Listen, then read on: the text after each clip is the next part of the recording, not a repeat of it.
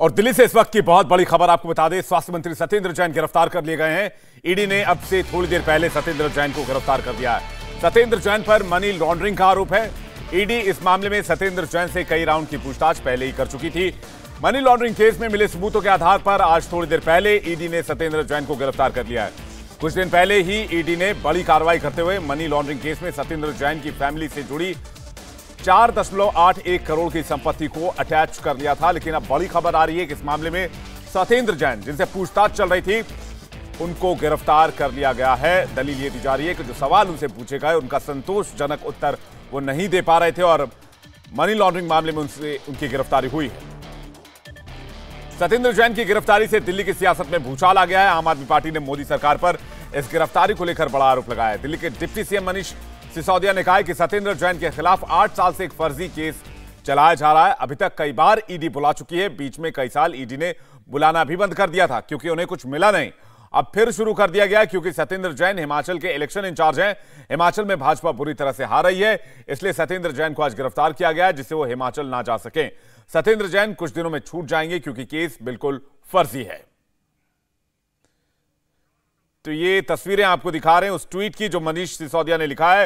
उन्होंने लिखा है, सत्येंद्र जैन के खिलाफ मामला पूरी तरह से फर्जी है। हिमाचल में भाजपा पूरी तरह से हार रही है, इसलिए सत्येंद्र जैन को गिरफ्तार किया गया है। अतुल भाटिया दिल्ली से हमारे साथ जुड़ गए, उनके पास चलेंगे। अतुल, आम आदमी पार्टी ने आरोप लगाया कि हिमाचल में सत्येंद्र जैन राजनीतिक प्रचार प्रसार ना कर पाए आम आदमी पार्टी का, इसलिए उन्हें गिरफ्तार किया गया, जबकि ईडी कह रही है कि मामले में पुख्ता सबूत है उनके पास। क्या जानकारी है आपके पास? देखिए, जिस तरीके से अब से कुछ दिन पहले जो प्रॉपर्टी थी वो सत्येंद्र जैन की अटैच की गई थी, जिसमें बताया गया था कि 2015-16 में किस तरीके से जो एक कंपनी थी कोलकाता की, उससे किस तरीके से ट्रांजैक्शन हुआ था, पूरा हवाला का पैसा आया था इसके अंदर। और इसी में prevention of money laundering act के तहत पहले सीबीआई ने मामला दर्ज किया था, उसके बाद ईडी ने पूरा ही मामला दर्ज किया था। लगातार इसकी जांच चल रही थी और कई बार सत्येंद्र जैन को पूछताछ के लिए बुलाया गया था। लगातार जो दिल्ली के मुख्यमंत्री अरविंद केजरीवाल लगातार उनका बचाव कर रहे थे, लेकिन आज जिस तरीके से ईडी ने गिरफ्तारी की है, ईडी का साफ कहना है कि उनके पास prevention of money laundering act के पर्याप्त सबूत है। इसी के चलते पहले उनकी जो प्रॉपर्टी है वो अटैच की गई थी, 4.81 करोड़ की जो प्रॉपर्टी है वो अटैच की गई थी और आज उनकी गिरफ्तारी की गई है। तो काफी अहम अपने आप में गिरफ्तारी है, क्योंकि लगातार ईडी इस बात को कह रही थी कि उनके पास पर्याप्त सबूत है और आज सत्येंद्र जैन की गिरफ्तारी पूरे मामले के अंदर की गई है। और कपिल मिश्रा हमारे साथ जुड़ गए हैं, बीजेपी नेता, उनके पास चलेंगे। कपिल, एक बड़ी कार्रवाई है ईडी की तरफ से, लेकिन आम आदमी पार्टी इसमें राजनीति बता रही है। देखिए, 2017 में मैंने ईडी में ये कंप्लेंट दर्ज कराई थी सत्येंद्र जैन के खिलाफ। हवाला, black money, money laundering, shell कंपनियां, और पूरे मीडिया में भी वो जानकारी बार बार सार्वजनिक की गई। आज सत्येंद्र जैन जेल गए हैं और मैं ये बात कहना चाहता हूं कि केजरीवाल को ये सब जानकारी में था, इसीलिए वो 7 साल से बार बार सत्येंद्र जैन को क्लीन चिट दे रहे थे। अंत में इस मामले में केजरीवाल को जेल में जाना है और जिस व्यक्ति ने 7 साल से एक भ्रष्टाचारी मंत्री को अपने पास बैठाकर रखा है, आज उनकी कोई नैतिक जिम्मेदारी बनती है, कोई नैतिक अधिकार रह नहीं जाता है मुख्यमंत्री की कुर्सी पर बैठने का। सत्येंद्र जैन का जेल जाने का मतलब, भ्रष्टाचार में पकड़े जाने का मतलब है केजरीवाल का भ्रष्टाचार में पकड़े जाना, क्योंकि इन दोनों ने मिलकर, पूरी दिल्ली ने देखा है कि इन दोनों ने मिलकर दिल्ली को भ्रष्टाचार, करप्शन में डुबो के रखा था। 5 साल से जो बात मैं कह रहा था आज वो सही साबित हुई है और मैं दोबारा आपके चैनल पे कहना चाहता हूं कि सत्येंद्र जैन केवल कठपुतली है, असली करप्शन के तार अरविंद केजरीवाल के घर तक जाते हैं। कपिल, ये पूरा मामला क्या है? देखिए, ये हवाला, शेल कंपनी, ब्लैक मनी का मामला है। अलग अलग नामों से शेल कंपनियां बनाई गई थी सत्येंद्र जैन और उनकी धर्मपत्नी जिनको ऑपरेट करते थे। इसमें कोलकाता के हवाला ऑपरेटर शामिल थे जो कि मनी को इधर से उधर करते थे। काला धन सत्येंद्र जैन ने बाद में खुद डिक्लेयर किया। जब ईडी ने जांच करनी शुरू करी तो सत्येंद्र जैन ने 17 करोड़ रुपए का काला धन आके ईडी के सामने डिक्लेयर किया। उसके बाद इनके खिलाफ एफआईआर, प्राथमिकी दर्ज की गई। सत्येंद्र जैन की पत्नी और उन दोनों को सीबीआई ने और ईडी ने दोनों ने अलग अलग मौके पर उनके बयान दर्ज किए हैं। इसके बाद ये पूरी जांच चली है, जिसमें जो हवाला ऑपरेटर्स थे वो भी गिरफ्तार हुए। उन्होंने भी अपना कन्फेशन दिया ईडी के सामने कि वो इस अपराध में शामिल थे।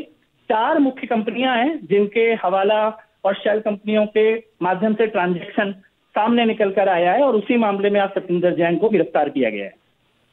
शुक्रिया कपिल इस जानकारी के लिए। कपिल मिश्रा हमारे साथ थे, बता रहे थे कि 2017 में उन्होंने ये मामला दर्ज कराया था जिसमें उन्होंने शेल कंपनियों के होने का जिक्र किया था और कहा था कि फर्जी कंपनी बनाकर पैसे को इधर से उधर किया जा रहा है और बड़े अमाउंट को इधर से उधर किया जा रहा है और इस मामले में कार्रवाई हुई है। कपिल मिश्रा ने ट्वीट कर बाकायदा इस मामले में सत्यमेव जयते लिखा है। थोड़ी देर पहले ट्वीट किया गया कपिल मिश्रा की तरफ से और अब कपिल मिश्रा इंडिया टीवी से बातचीत कर रहे थे और कह रहे थे कि एक बड़ी कार्रवाई हुई है।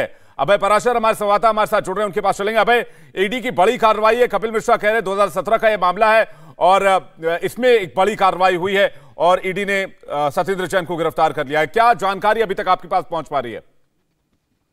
देखिए बिल्कुल विवेक, ईडी ने एक बड़ी गिरफ्तारी की है, सत्येंद्र जैन को गिरफ्तार किया है। और अगर मैं इसके बैकग्राउंड की बात करूं विवेक, तो साल 2017 के आसपास का ये मामला है। असल में सीबीआई ने मामला दर्ज किया था। सीबीआई को जानकारी मिली थी कि हवाला के जरिए ट्रांजैक्शन की जा रही है, कई तरह की शेल्स कंपनियां बनाई गई थी जिनको प्रॉफिट में दिखाया गया था और पैसों का ट्रांजैक्शन हुआ था, कई करोड़ रुपए का ट्रांजैक्शन हुआ था, जिसके लिए न केवल कपिल मिश्रा बल्कि तमाम राजनीतिक दलों ने सवाल उठाए थे। लेकिन हमेशा आम आदमी पार्टी जो है बचाव करती हुई नजर आई थी सत्येंद्र जैन का।